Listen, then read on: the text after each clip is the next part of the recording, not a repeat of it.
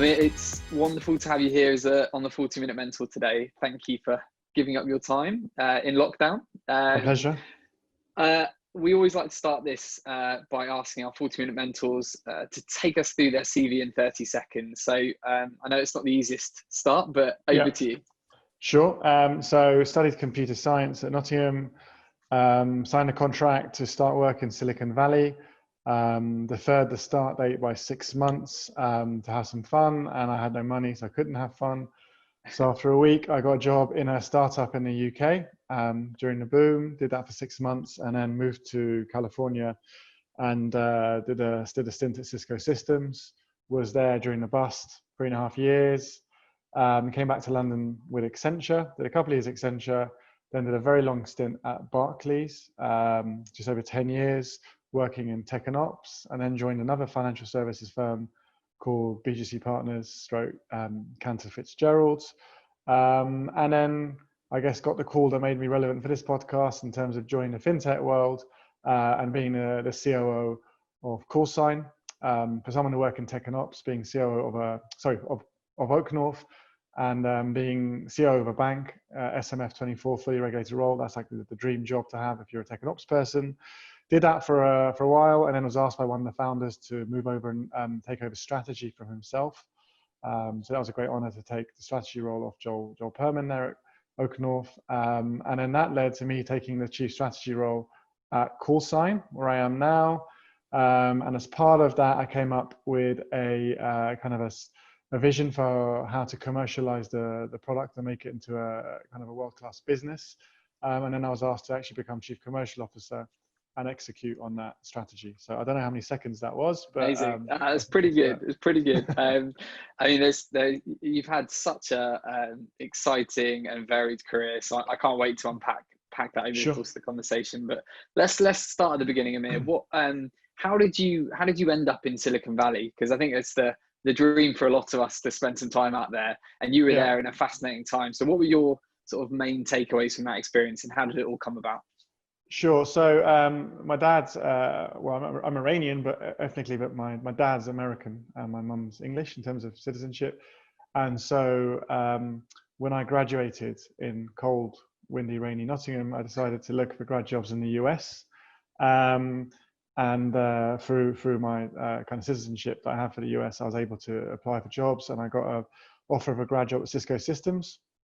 And it was for their US grad program, and all the grads were moved to California for, I think it was 5 months of grad training, and then you were put on a placement. So because of the program, I moved to Silicon Valley, and then I was actually, luckily enough, given San Francisco as my location. So I spent awesome. three and a half years there. And look, it was I was a student, right, at uni. I didn't know Cisco had become the biggest company in the world. Market cap, so market valuation, they'd overtaken GE when I signed, and I think they got up to 700 billion. So we talk about, Amazon and Apple, everyone hitting $1 trillion. They nearly got there 20 years ago, over 20 years ago. And I think a lot of people forget that. And they've never got near that valuation, although they're still a very profitable company. But I ended up there, and it wasn't, strategically planned or anything. But I ended up there. I was very fortunate. It was the bust, though, unfortunately for me, rather than the boom, because 2000 is when the bust happened, and that's when I went over. But it was a proper roller coaster. And what I would say is, if you've worked through a bust, you learn a lot more than through a boom, because a boom protects a lot of mediocre businesses. But to survive through a bust, you've got to be top of your game personally, as in your professional outlook, as well as the company as well has to survive. And it taught me about working for a US tech company, how to sell as a graduate, how to now managing and hiring graduates, how to train them and give them support, managing pipelines, demoing to clients, being a road warrior.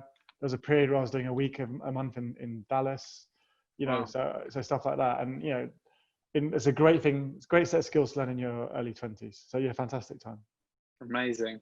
Yeah. And I think it's, the point around learning the most from the bust periods is probably very prevalent right now, and for anyone listening that maybe feeling a bit daunted by what's ahead, I think you're absolutely right. I started my career in the the end of the last recession, and it was challenging, but you learn a lot from it. So that's a great point. And just to kind of add to that, so to interrupt you, James, what a bust does is it gets rid of a lot of the competition, so that when the boom comes back, there aren't as many of you. And so that's during a bust, you capitalize on market share, or in terms of an individual, you learn as much as you can, really round out or specialize your skill set. And then when the boom comes, there's going to be too much demand versus supply until the supply can catch up. And that's when you get a massive acceleration. But without that bust, you wouldn't have had that massive acceleration. So a lot of people need to realize that a bust is a terrible thing for economy, and the circumstances of this one are horrible. But from a professional point of view, it's not necessarily a bad thing. Just see it as an opportunity to just round yourself out. Yeah, great advice. So you went through that period, learned lots, it sounds, and then obviously returned to the UK to consulting, as you mentioned, at Accenture. I think we've seen over the years, and I spent all my career recruiting consultants into FinTech and vice versa. It's a great skill set to build, and a number of execs in FinTech and tech come from a consulting background. So what for you were the skills that you picked up that have helped you later in your career from consulting? Yeah, look, consulting is a super accelerated learning curve, right? You get dropped into new clients every few months. You get full transparency into what those clients are doing. In many ways, more transparency than if you were actually working there, because management layers would hide it from you. But you're actually interacting at the highest levels of those orgs, even though you're pretty junior in your career. You come from a consultancy, they trust you. So it's just sheer experience-wise, there's a huge amount that you go through and hopefully absorb and learn from. And then in terms of the company, they're incredibly good at supporting people early on in their career. In terms of skill sets, they give you in training, how to manage a project, manage stakeholders, run meetings, tight, succinct narratives in terms of what you pitch to clients and how you describe problems, even how to email properly, everything. So just from a kind of a professional wrapper around you, they're an incredible place to learn. Yeah, no, it's great. And I think there'll be some management consultants listening who I think want to follow your path and end up at the sort of position that you're in now. So I think, it's a great place to start your career. I totally agree.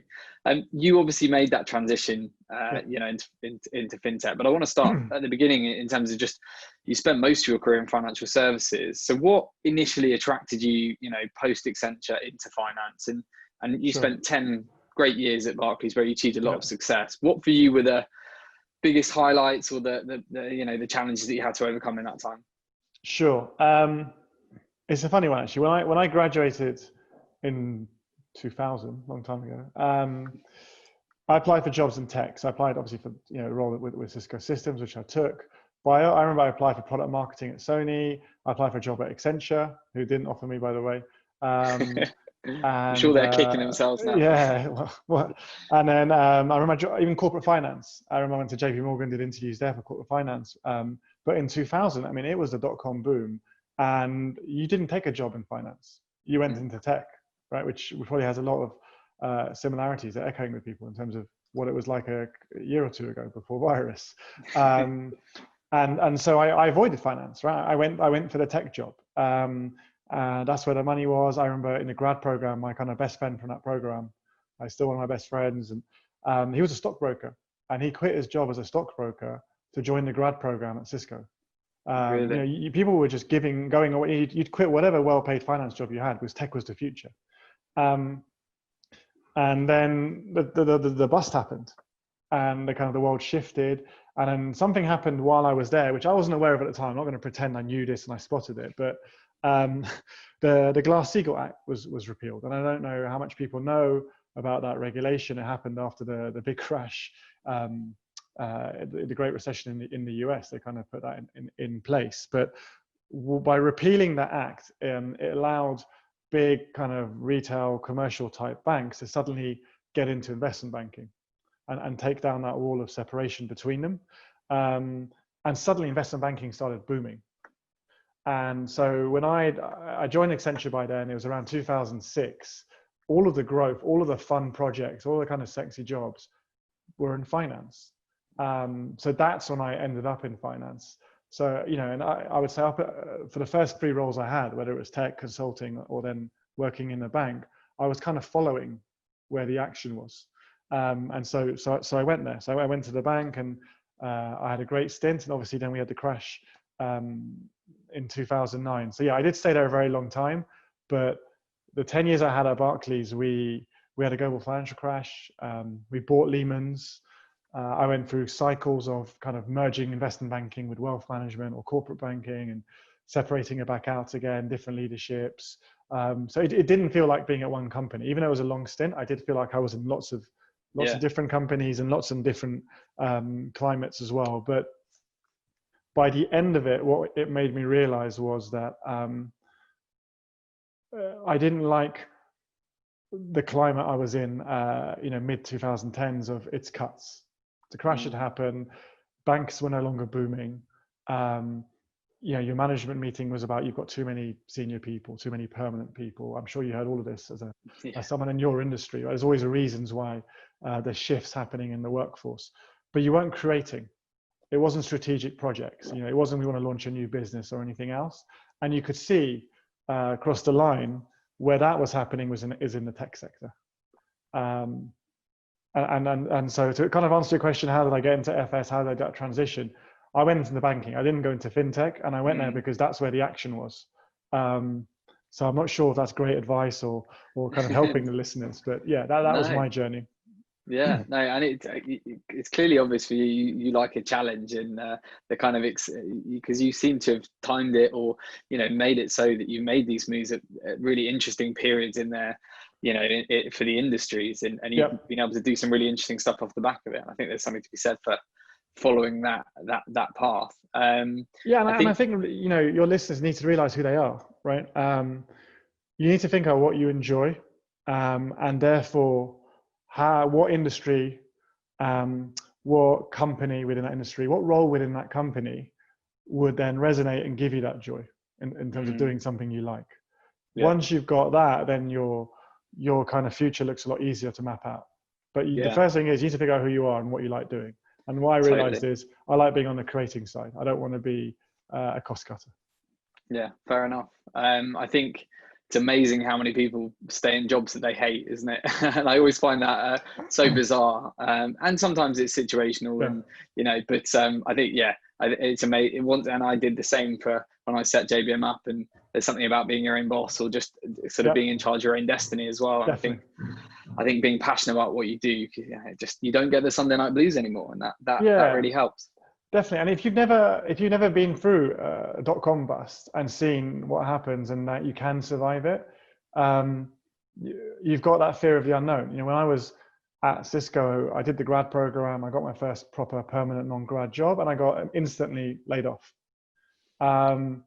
And then I got another role internally, and it turned out to be a better role I really preferred, actually. But that experience helped me for the future. I wasn't someone who'd had a great trajectory, had never had a setback. I have been laid off. At Barclays, at one point, I got demoted. So I think I had quite a lot of promotions, but I actually had one demotion as well. When you've been through those things and then you get promoted again back to where you were and then promoted above it, you realize, don't take it personally. There was a reason for it. And, for me, for that specific example, I was in a role that was too big for me. I wasn't ready for it. Right? And you just learn from that, and you make sure next time you go for a big role, you are ready for it. So you hit the ground running and you're not learning on the job. Yeah, I think it's brilliant advice. And I think that point about not taking things too personally, it's easier said than done. And I used to take things to heart very much so. But I think in this climate, more than ever, where companies are having to make drastic cuts and it really isn't personal, I think taking that attitude will be very, very beneficial. I'm sure you can imagine lots of people that we talk to on a daily basis and that will be listening to this want to move into FinTech. It's the place to be in many ways. How did you make that pivot, into FinTech, and what advice do you have for those listening that are really keen to make a similar move? Sure, great question. So I really wanted to make that pivot, but it wasn't in my control. And I want to explain that to people. Startups, which the majority of FinTechs are very careful with headcount. They've got limited budget, small number of senior roles. So that translates into them not taking a gamble. But what I mean by gamble is bringing in someone who's unproven and not done the role before. Because there are lots of smart people out there who could potentially do it. But if you're a founder and it's your company and you've just scraped up enough budget, or you've done another funding round to bring in a senior hire, are you really going to risk it on someone who's never done it before, right? So that's the way you've got to understand from the other side of it. The hiring side is they're in a specific situation. They've got limited budget. What do they do? So you have to make it so that you get noticed. And I didn't know anyone in the industry. I hadn't worked in FinTech before. I didn't have a network. So I thought about instead what I did have control of, and that was my career to date and the narrative around that. So my CV, my LinkedIn profile, and I went through it and I would highlight the experiences that I had and draw out the bits that were really relevant to working in FinTech, right? And that's the kind of thing people need to think about. The other one is the role. I tailored my CV and my profile to be for one that I want, a role I actually wanted to get. So what I mean by that is I did an assessment and said, look, I want to come at a senior level. I haven't got any hair in my head. I don't want to start at the beginning in the FinTech, right? I want to come in at a senior level. So what roles can I go into? Well, I can't be the CEO. I can't be the CFO. I'm not an accountant. I can't be the CCO like I am now because I haven't really worked in this industry and sold for this industry. So I'm left with CTO, was my technical background, head of ops, was I've run ops departments before in banks, or COO, which would be kind of the more senior, wider role. And I thought to myself, well, I can't be the CTO because actually I haven't coded since uni and I'm not very good at it. So the role that's actually most appealing to me is a COO role, the biggest one I could possibly get. So what I did was I went through my career history and I highlighted everything that was relevant to being a COO. So at one point at Barclays, I was COO of an IT department. So I really drew out the skill set there. And then I drew out what are the elements that a CEO needs to manage. So if it's running tech, well, I ran tech departments. So I would talk about the size of the team, the size of the budget.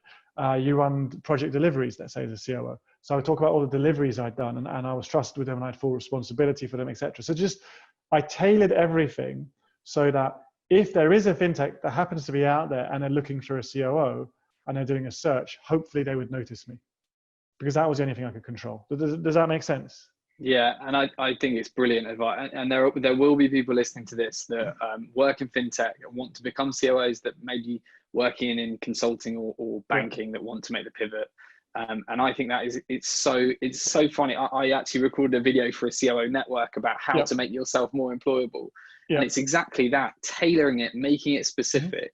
Because I think, especially the career you've had in banking and consulting, there are so many transferables, but it's just about taking the time to make it clear.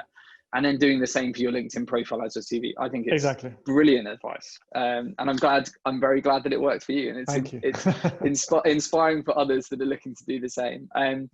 Now, I know working at a company like Oaknorth, what a great place to start your kind of FinTech journey. I'm sure our listeners would love to understand a bit about that experience and particularly what it was like to work with very well-respected founders in Rishi Costa and Joel Perman. So I know you've alluded to him already, but what were your biggest learnings from your time there, and also from what has helped make them and that business such a success? Sure. So yeah, I mean, to kind of close out the last bit, the way I landed at Oaknorth was their internal recruiter, LinkedIn messaged me and said, would you be interested in the role? Right. So literally did everything. I got the contact, came across, and yeah, I get asked about Oaknorth all the time. What I would say, I think my kind of summary headline message would be, I would invest in any company that Rishi and Joel are running without even knowing what that company does. I mean, that's an endorsement. Yeah. I mean, they just know what they're doing. They know how to run a business. And when you report into them and you work directly for them, they teach you as in actively, but you just learn so much also by just watching them and how they act themselves. And I think the biggest difference to me was just how much harder it is. You know, when you're running a team or a department or a project, there's a small number of things you have to look after, which seem like a lot, but until you see someone running a company, you realize there's not actually that much you have to worry about and that you're responsible for. And what they showed me was just the attention of detail they brought to every single thing they did. Whether it was the IT architecture, the user journeys on the website, how we hired, how we wrote our job specs. Rishi spent a lot of time teaching me about floor plans and, the first impression a customer should get when they walk into your office. Wow. Visibility, line of sight of people working, and like just the level of detail they would bring on every facet of what you do was incredible to me. And there wasn't anything I didn't care about.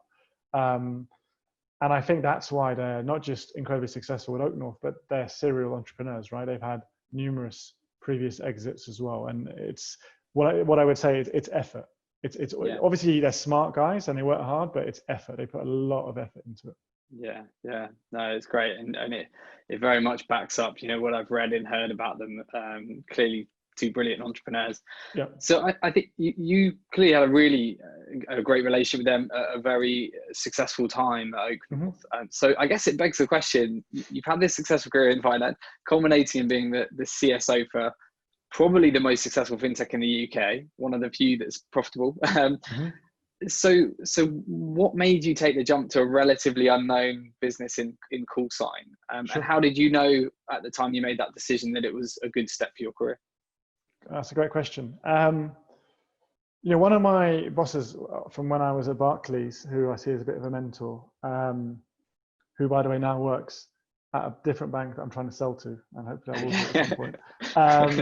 He taught me something that's really kind of stuck with me over time, and that is when you get that big role that you always wanted, and that could be because you delivered a huge program or whatever else, and they promoted you.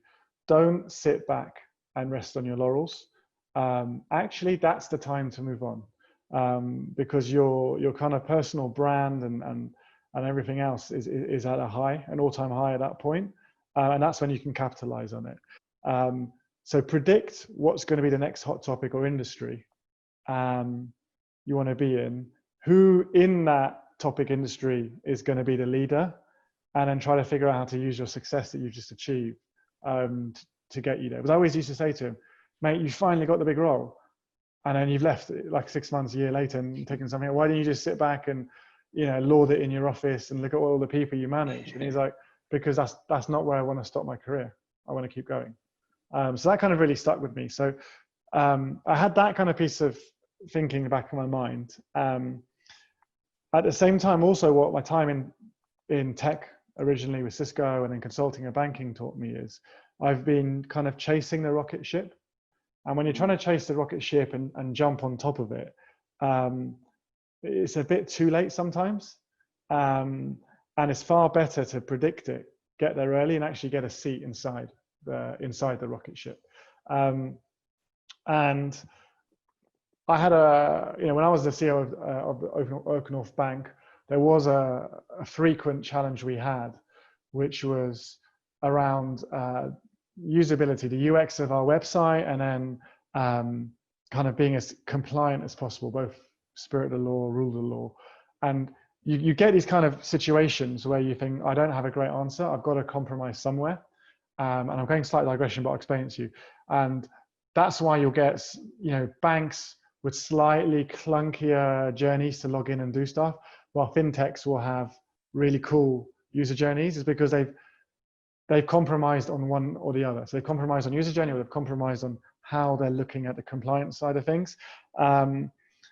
And also as a CEO, you're always looking at your operational expenditure, how many calls you get to the call center, how many emails, chat support, your NPS scores, all that sort of stuff.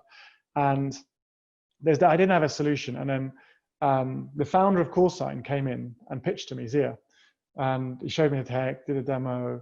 And I thought to myself, if this is a real product, if this is not vaporware, if this is actually built something completely real and it works, this is a massive game changer. And it's going to game change banks, fintechs, insurance companies. I hadn't quite got my head around it. Actually, it's applicable to everywhere. But I just said, this is going to be a game changer. I did something at that point that I only ever did for one other person as well.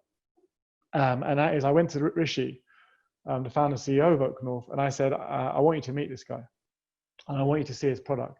And I don't even know if we're going to buy it, because we're an SME lending bank and it's a slightly different use case. But I really want you to meet this guy. And they met, and they hit it off, and they kept in touch, and they still keep in touch. And then, Rishi afterwards was like, "That's a really good business. I really like that product. Really good business. Really like the founder." And so, when the time came for me to think about, what's the next role, what's the next thing that's going to boom, the next rocket ship, I'd kept in touch with Zia, the founder. We'd had dinner and stuff like that. And I actually asked Rishi to be my reference, and Rishi was my reference. Wow, amazing. He was like, so he was like, "That's a great company. I think it's a good move." So it was very amicable and done in a supported way. Love that. Amazing. Well, you clearly were sold on the product early doors.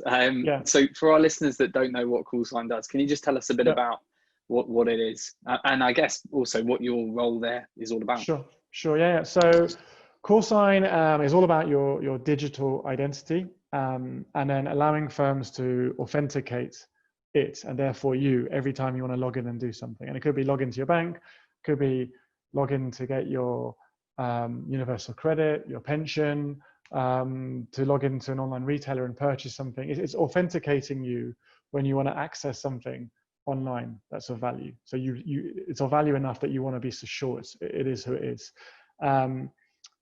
In terms of what the company does, it's not eIDV. So it's not like a non-filer Jumio doing documents. The technology actually doesn't care what your name is or your address is or your document. It's saying you leave a big enough digital fingerprint that we can identify you from how you interact online. So it reduces fraud rates, because we can just tell from the machine you're using, how you're actually typing, the way you're holding your mouse, the angle of your phone, stuff like that. We actually tell it to you. We marry that with location, we marry that device, and we can passively, behind the scenes, authenticate you. So your user journey is slick. There's not these weird logins and text message codes and then type it in here, and all of that disappears. Behind the scenes, we can authenticate who you are.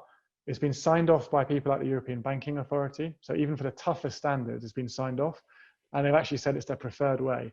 And the tech has all been built in-house in the UK by the permanent employees, and it's all IP as well. So when you look at what's the next industry, for me, I could see there's a massive issue with how people compromise user experience with compliance. So I knew this was going to be a good space. And then I saw a product that's been built, it's real, it's been sold to the biggest bank in the UK, and it's still a startup. And the tech's all in-house, and it's all IP, And so I thought, like, if this is all real, a bit like Oaknorth, if this is all real, this is going to be amazing. And that's why I came across. And in terms of my role, I said at the start, it was to be strategy, and then they asked me to kind of execute on the strategy. So I'm the chief commercial officer, so I'm responsible for kind of our commercial initiatives for the business, and as we ramp up our revenue, and then become, I think, the next big name in European tech, and I'm pretty confident we're going to get there as well. Love that ambition. That's awesome. Well, I've JBM partnered with Coolsign for a couple of years. I drank the Kool-Aid a long time ago. I think it's an amazing business, and I'm delighted you're there, because I think it's got a cracking team, and I think it has every chance of going all the way. So, Sure. I guess as you're looking to scale up, make the digital world more secure, effectively. Culture is super important for any business to truly succeed. I believe you've got to have a great culture. So how would you describe Coolsign's culture that you're building, and how have the business reacted to COVID-19 and the challenges that come with that?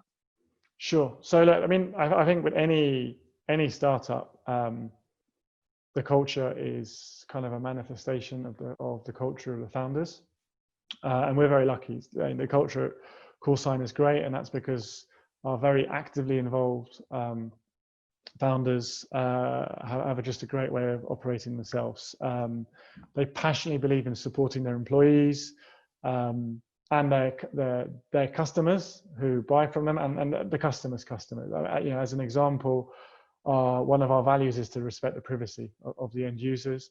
All the technology is being built ground up to be privacy compliant. So when things like GDPR came out, the product was already GDPR compliant. It's not spying on you or snooping on you. It's just saying, when you want to log in, we're going to do some background checks on you without knowing your name or address, but just less intrusive ways, and just prove who you are. So the culture is brilliant. In light of COVID-19, that's an interesting one. We're a cloud-based business. We haven't got a data center. There are no servers in the office. So when we had our kind of exco meeting to decide, what do we do? Do we go remote working? What do we tell our clients? Because we're selling, obviously. We're a SaaS FinTech.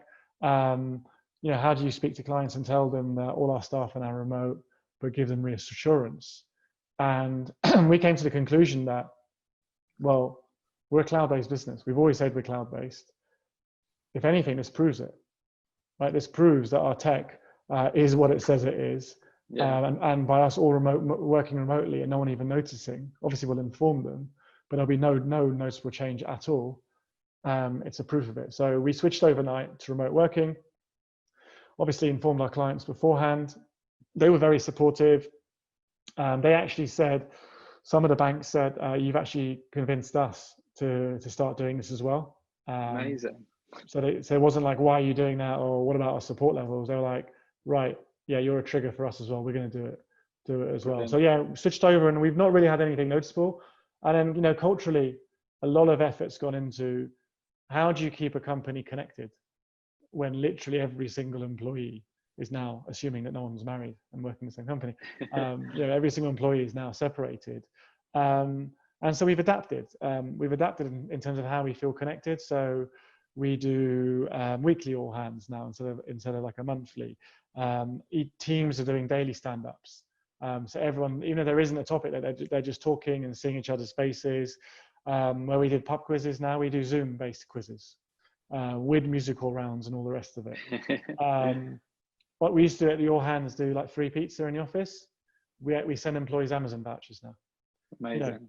Little touches like that. They don't cost the company a lot, but they show that you still care, and you still want to treat people in the same way than when they were in the office. I personally really appreciate it, and I think everyone else does as well. Yeah, I think it's the little, as you said, the little things that it's thoughtful, it's human, it's and I think it says a lot about the culture, and I know that you've been able to, because of that culture, you've been able to attract some really high caliber people, yourself included. So in terms of hiring, how do you know a Coolsign person when you see one, and what advice would you have for any scale up leaders that are listening to this, in terms of who may be having some struggles at the moment knowing how to hire the right talent? Sure. So it always goes back to what are you looking for? So personally, as a CCO, I'm looking for commercial people. That means we want personalities that resonate with a client they meet for the first time. They need to have a hunger and willingness to chase, and that hunger is not age related. It's just a general hunger to be successful and to maximize the chances of a sale, because ultimately we're a SaaS and we are a revenue making business. Because of where we are and the kind of the scale of our business at the moment, I am looking for domain knowledge. We're in the authentication space, so there is a knowledge element that people have to have, unfortunately. And then in terms of culture, our tech is not coming in and saying we do the same as everyone else, but we're cheaper. We're saying we're thinking about this from a completely different perspective. So it's disruption. So we are also looking for people who are disruptive, not in terms of back of the classroom shouting, but more they don't want to just incrementally improve things. They want to have that consultative conversation about completely changing the way someone thinks about a problem. So that is a skill set. It's not one that you can say you've studied something or whatever else. It's a mindset, and it's kind of a track record of proving you can shift the mindset. So I think it's a marrying of all of those is the ideal candidate, if you have any. Yeah, no, that's great. Obviously, JB have loads of those. No, that's awesome. Well, I wanted to come on, Amir, to talk a bit about entrepreneurship, because you are a very entrepreneurial person, but I think some of our listeners may be surprised that you've been very busy. You've had very high profile senior roles, but you're also a big fan of the side hustle. So I know when you worked at Barclays, you ran a number of e-commerce startups, I think over 5 years. So what initially got you into entrepreneurship, and was that always part of the plan to have a side hustle? Yeah, I've always been that guy. I came from a very academic family, who I would say are not very entrepreneurial. And I think that was always going to lead to one or two things. One being I'll go the exact same route and go for a PhD. And the other one being that I'm going to rebel and be different. And, you know, I was the guy who'd go on the school economics trip to Paris. And when we stop off at the hypermarché, buy a kind of a multi-pack of Coke and sell individual cans on the coach back to make a bit of money. Nice. You know, which is the North London boy in me. And so I always wanted to start a tech startup. You know, I did one in 2000 and I worked in one. I worked in a massive one in California, and so it was always back of my mind. And so I set one up with a good friend of mine, ran it for about 5 years. I think we probably ended it about 3 to 5 years too early, in terms of, I think it would have actually been successful. Some of the things that we were pushing, like trying to bring in vapes, kind of e-cigs to the UK, DNA tests, stuff like that. Oh, wow. Everyone's doing now, right? Oh, damn. And I'm not saying I'm resentful or, you know, angry every time I see that, but I had a lot of those domain names and I had to start up trying to sell them. Oh, no. But I was working every morning and evening, right? I'd get up early before work. I was doing the IT side of things. I was in charge of the website. I had the helpline. I had to do all the ordering with the suppliers. So I would do it before work, I would do it after work, and something had to give. And I picked my career, and I'm happy with that. And if anything, it taught me the importance of market fit. You might have a great product, but the market might not be ready for it.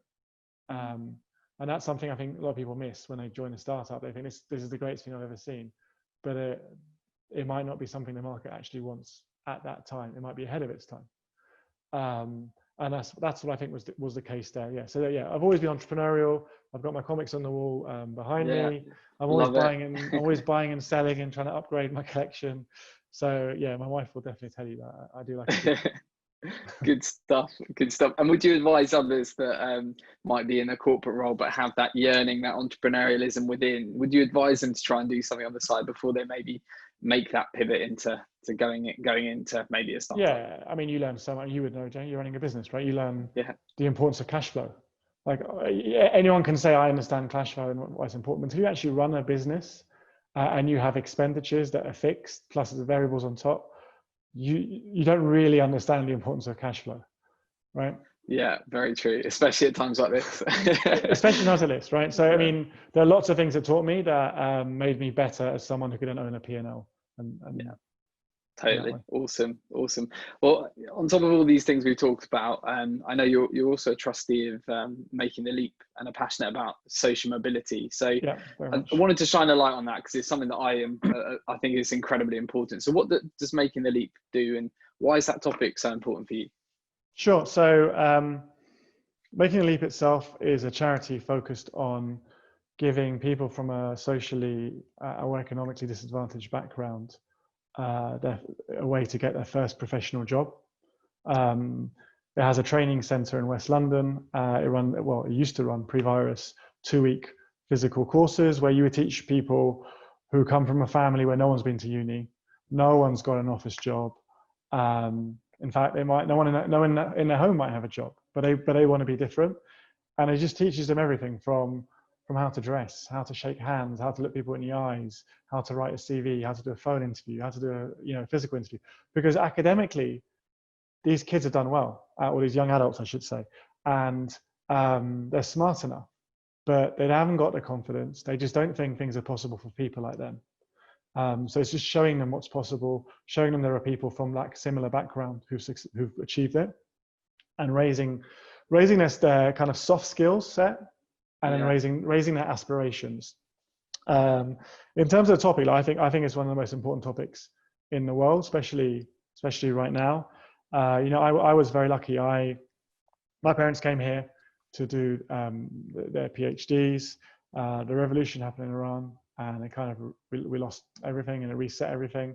And most of my family would go to the local state school. I went to local state school. And at the age of 11, I was fortunate enough that I got what was called at the time a government assisted place, where the government would effectively give you a scholarship to go to a private school, because I was of an academic level that enabled me to get that. And that changed my life, right? It changed what I thought was possible, what someone like me could achieve. When you see what everyone else is doing and what they think they should be doing, you see yourself in that classroom with them, and you're as good as them, if not better, you think, well, why can't I do that as well? Where before you just didn't think it was possible. So I'm very kind of passionate about the topic. I think when young adults, young people think they have no opportunity, they lose hope. And when people lose hope, that's when we have unrest. That's when people protest. I'm not saying protesting is bad, but sometimes they're protesting because they're just saying, there is no future for me. Right? They're not actually asking for anything. They're saying, there is no future for me. I am unhappy.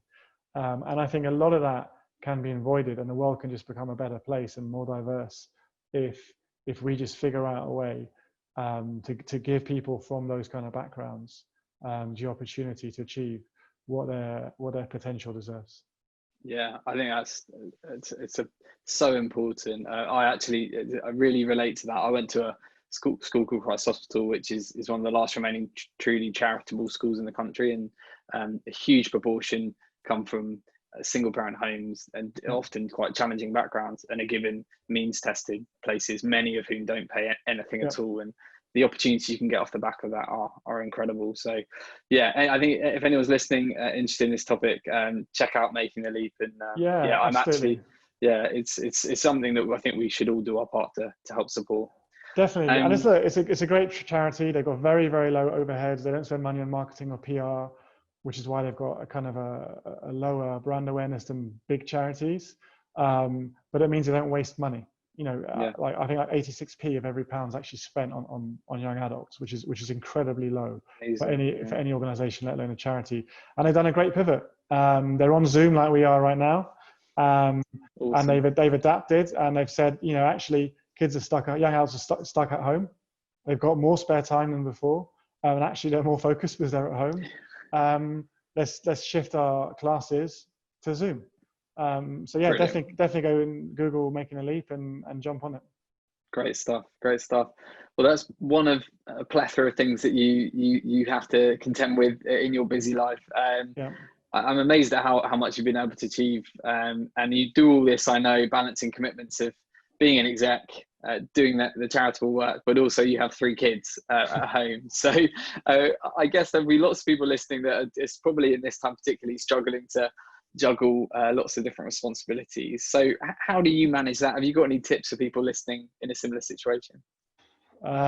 Marry well. I'm very lucky. Good advice. I have the most supportive wife you could possibly have. I wouldn't achieve half of what I have without her.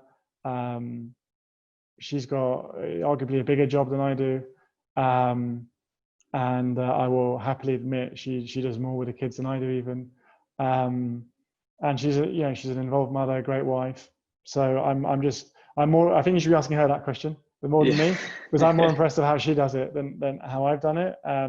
What I would say, and I think both of us would say this, is when you do a job you like, your job doesn't become work.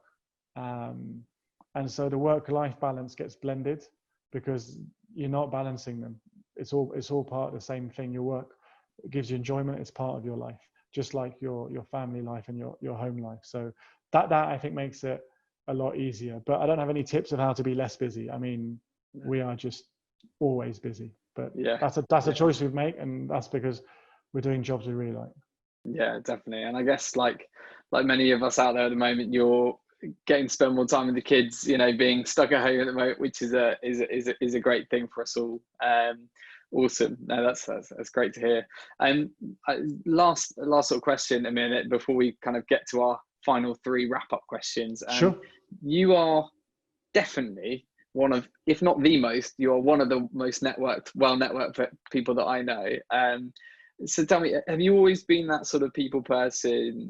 Because it's networking can sometimes have this kind of dirty connotations, and I'm a people person that is, I think, quite effective at networking, but and I don't see it as that sort of negative thing. But there are lots of people that I think struggle with it. So I would love to kind of get your thoughts on, you know, how people could do that more effectively, and just kind of your thoughts on that. Yeah, look, it's funny. I don't think I'm a sociable person. You know, I like to sit with my comics in my room wearing. I'm quite happy in my own company. I acknowledge I know a lot of people and a very varied and random mix of people. And I've always had a very random and wide group of friends. And I think that's because I just embrace different things and like finding out about different things. You know, I don't do the same thing.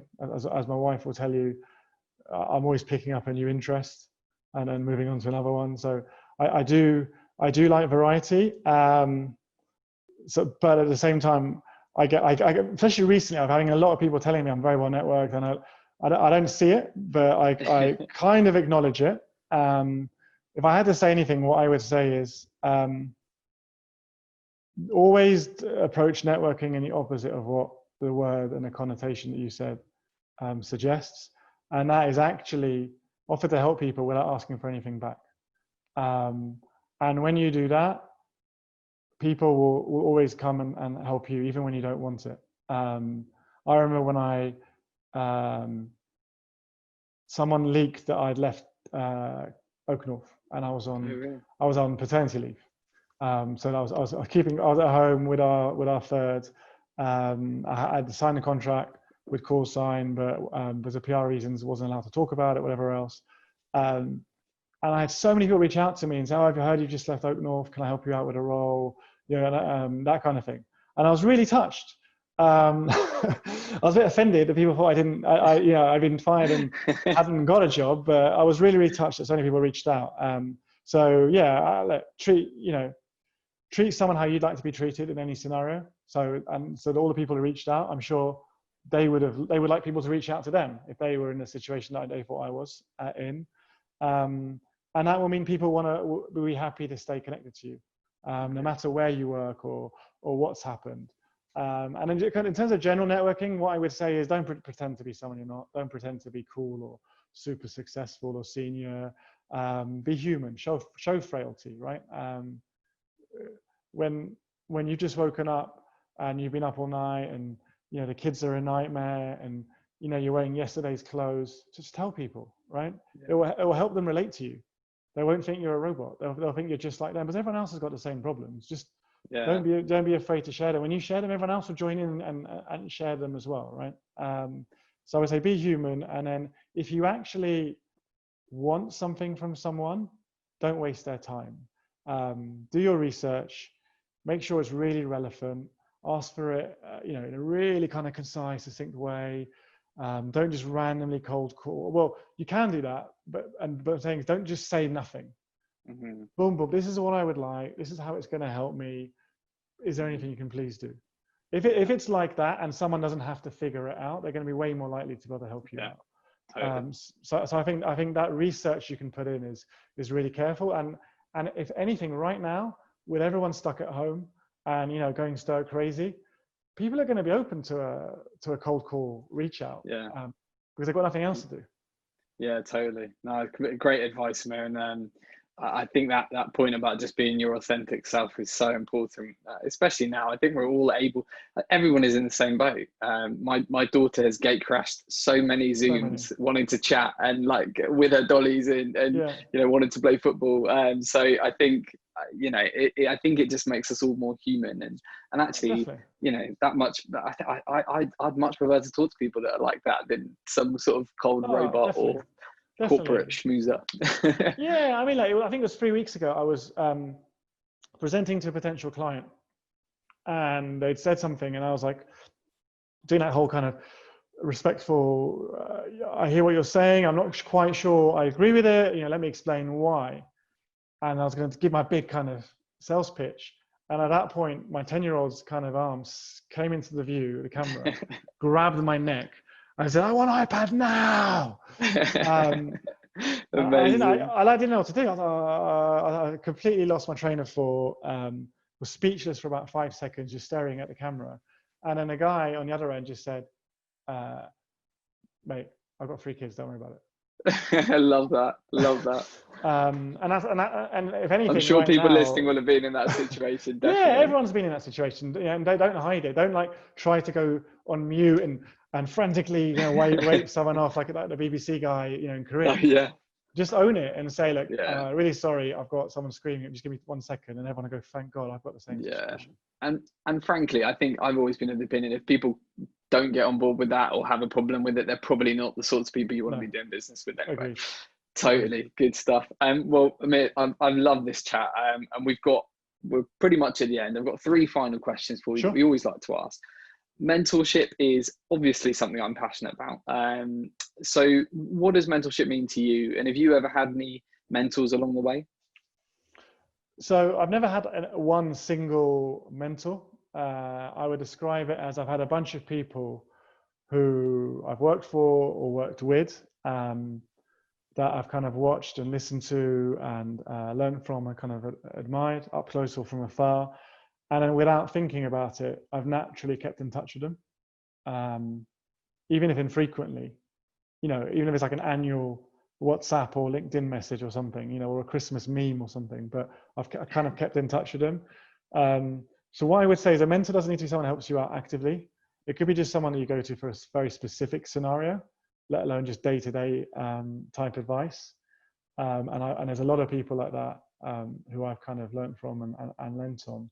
And then the other thing I would say is, some people will despair and say, oh, I've got a bad boss, I'm not learning anything from my boss. I've learned a lot from bosses I didn't think were that good in terms of, what I don't want to be. And when I get to that level, how I'm not going to act. And generally, therefore, what support I am going to give to people that work for me and keep them more motivated and help them grow. So, every situation that looks good or bad actually has an opportunity for you to learn from. Yeah, great. Thanks for that, Amir. I think that's great advice, particularly for those listening who hate their boss.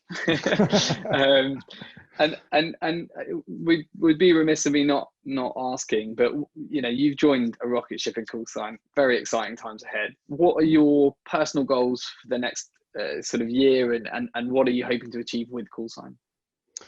Well, look, for me personally, this is the first time I'm taking the P&L of a big tech startup. So I want to show I can do it, and I can do it very, very well. So that means kind of direct terms, hitting and exceeding our growth targets, hiring and growing teams to achieve that. So, go to market fit, sales collateral, the culture of the team, pipeline management, all those kind of things I want to build out in the company and build it out well. I'm really enjoying doing that, and I just want to execute on it, and more importantly, have this company fulfill the potential of what is a world-class product. And yeah, it's a weird time to be doing that, although I'm very grateful for the time I've had at home. I had my paternity leave late last year and did a couple of months in the office, and now I'm back home with the kids. So I'm spending more time with the kids than I've ever done before. So I'm loving that, and I'm enjoying that.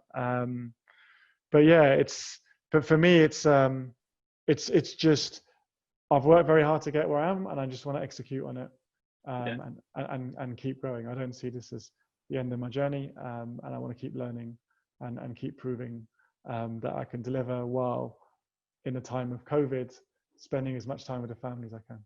Yeah, awesome. Well, I'm very confident this will be a very exciting few years for you, and we wish you all the best. Final question, Amir. For anyone listening out there that's thinking about a career move, what final piece of advice would you leave them with? Something I say to people all the time, whether they work for me or I work with them, is just believe in yourself. I generally think that is the most important thing. I don't mean be deluded, but believe in the ability that you have. And because if you don't, no one else will, and then no one's going to take a chance on you.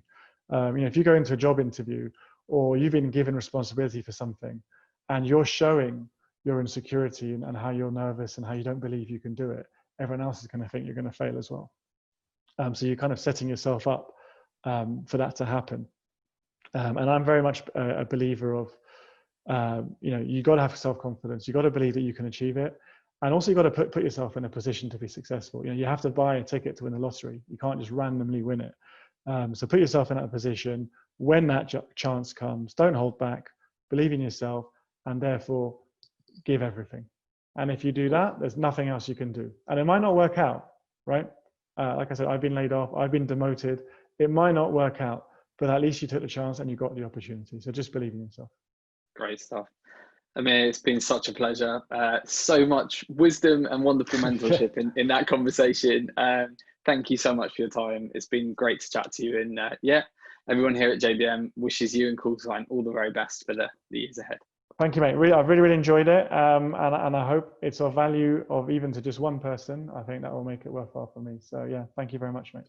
Awesome. Thank you so much. Cheers. Cheers. Bye.